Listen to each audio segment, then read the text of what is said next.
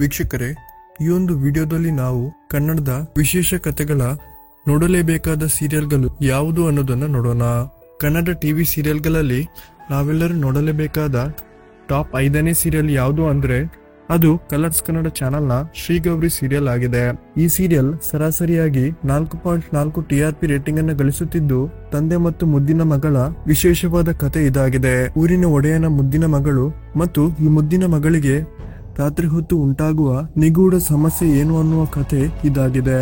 ನಾವೆಲ್ಲರೂ ನೋಡಲೇಬೇಕಾದ ಟಾಪ್ 4ನೇ ಸೀರಿಯಲ್ ಯಾವುದು ಅಂದ್ರೆ ಅದು ಕರ್ನಾಟಕದ ನಂಬರ್ 1 ಸೀರಿಯಲ್ ಪುಟ್ಟಕ್ಕನ ಮಕ್ಕಳು ಸೀರಿಯಲ್ ಆಗಿದೆ. ಈ ಸೀರಿಯಲ್ ಪ್ರತಿ ವಾರ ಸರಾಸರಿಯಾಗಿ 8.9 TRP ರೇಟಿಂಗ್ ಅನ್ನ ಪಡೆಯುತ್ತಿದ್ದು, ಗಂಡ ಬಿಟ್ಟು ಹೋದ ಪುಟ್ಟಕ್ಕ ತನ್ನ ಹೆಣ್ಣು ಮಕ್ಕಳನ್ನ ಬೆಳೆಸಿ ಜಗತ್ತಿನ ಮುಂದೆ ಒಬ್ಬ ಹೆಣ್ಣು ಏನು ಮಾಡಬಲ್ಲಳು ಅನ್ನುವ ಕತೆ ಇದಾಗಿದೆ.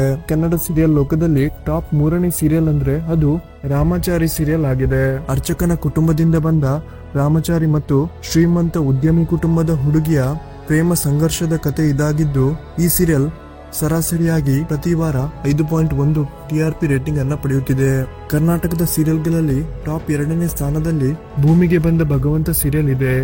ಈ ಒಂದು ಸೀರಿಯಲ್ ನಲ್ಲಿ ಪ್ರತಿ ವಾರ ಒಂದೊಂದು ವಿಶೇಷವಾದ ಹೊಸ ಕಥೆಗಳನ್ನ ನೋಡಬಹುದಾಗಿದೆ ಮತ್ತು ಈ ಎಲ್ಲಾ ಕಥೆಗಳು ಪ್ರತಿ ವಾರ ಹೊಸ ನೀತಿ ಪಾಠವನ್ನ ತೋರಿಸುತ್ತದೆ. ಭೂಮಿಗೆ ಬಂದ ಭಗವಂತ ಸೀರಿಯಲ್ ಪ್ರತಿ ವಾರ ಸರಾಸರಿಯಾಗಿ 3.9 TVR ರೇಟಿಂಗ್ ಅನ್ನ ಪಡೆಯುತ್ತಿದೆ. ವೀಕ್ಷಕರೇ, ಕರ್ನಾಟಕದ ಸೀರಿಯಲ್ ಲೋಕದಲ್ಲಿ ಟಾಪ್ 1ನೇ ಸೀರಿಯಲ್ ಯಾವುದು ಅಂದ್ರೆ ಅದು ಶ್ರೀರಸ್ತು ಶುಭಮಸ್ತು ಸೀರಿಯಲ್ ಆಗಿದೆ.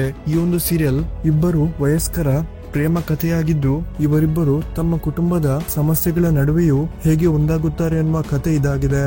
ವೀಕ್ಷಕರೇ, ಈ ಒಂದು 5 ಸೀರಿಯಲ್ಗಳಲ್ಲಿ ನಿಮ್ಮ ನೆಚ್ಚಿನ ಸೀರಿಯಲ್ ಯಾವುದು ಅನ್ನೋದನ್ನ ಕಮೆಂಟ್ ಮಾಡಿ ತಿಳಿಸಿ ಮತ್ತು ನಿಮಗಿಷ್ಟವಾದ ಸೀರಿಯಲ್ ಯಾವುದು ಅನ್ನುವ ಅನಿಸಿಕೆಯನ್ನ ಕಮೆಂಟ್ ಮೂಲಕ ತಿಳಿಸಿ.